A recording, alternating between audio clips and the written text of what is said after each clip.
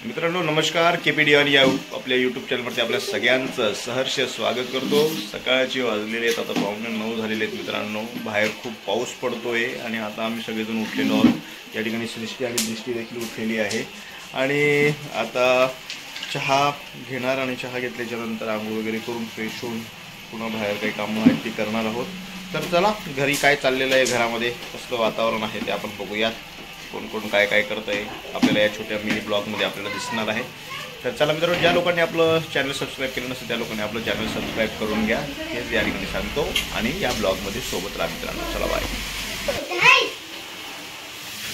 नमस्कार मंडळी, राम राम। काय करताय तुम्ही लोक? काय करताय तुम्ही लोक आज? काय कशाची भाजी? कशाची भाजी? हो हो हो मित्रांनो, बघा आमच्या घरी आज बटाट्याची भाजी होते। आमच्या घरी पोळा नाही, सगळ्यांच्या घरी पोळा आहे। आणि या ठिकाणी होत आहे पोळ्या। असं आमचं हे छोटंसं घर आहे। इथं सामान सगळं रचलेलं आहे, तुम्ही पाहू शकता वरती।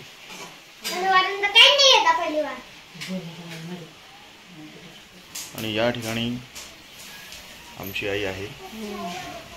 सकाळपासून कामं चाललेले आहेत आणि पाऊस खूप जोरदार चाललेला आहे आमच्या गावामध्ये। तुम्हाला दाखवून थोड्या वेळाने। चला आपण बघून येऊ।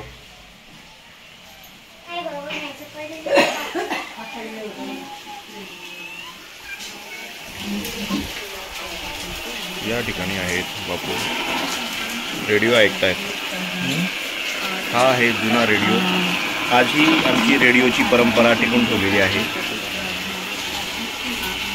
सध्या लॅपटॉप आले, मोबाईल्स आले, स्मार्ट मोबाईल आले, परंतु आमच्या घरामध्ये आज पण रेडिओची जी काही परंपरा आहे ती पण चालू आहे।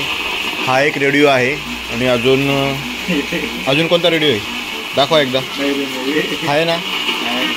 कुठे आहेत? वरती या ठिकाणी ठेवलेले आहेत। 2 ते 3 रेडिओ आहेत।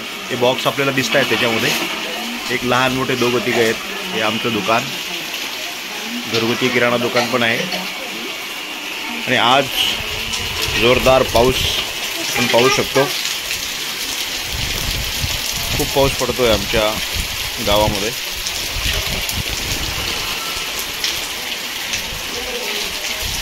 सकाळचे वाजलेले आहेत आता 9।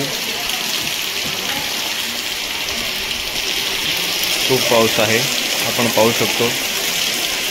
समोर विक्की दिसतो आहे, मामा दिसत आहेत, दोघेही जण पाण्याचा अंदाज घेताना।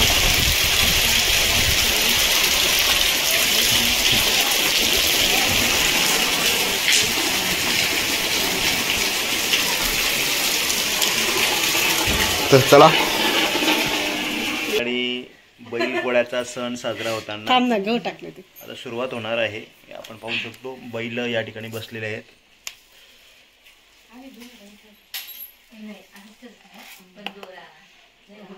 नाही तर कुठचंही काम होणार नाही मित्रांनो, हे लक्षात घ्या। परंतु आता विज्ञानाच्या युगामध्ये, तांत्रिक युगामध्ये ट्रॅक्टर आलेत आणि नवनवीन साधनं आलेत, त्याच्यामुळे या बैलांचा पण वापर जो आहे तो आता कमी प्रमाणात होत चाललेला आहे।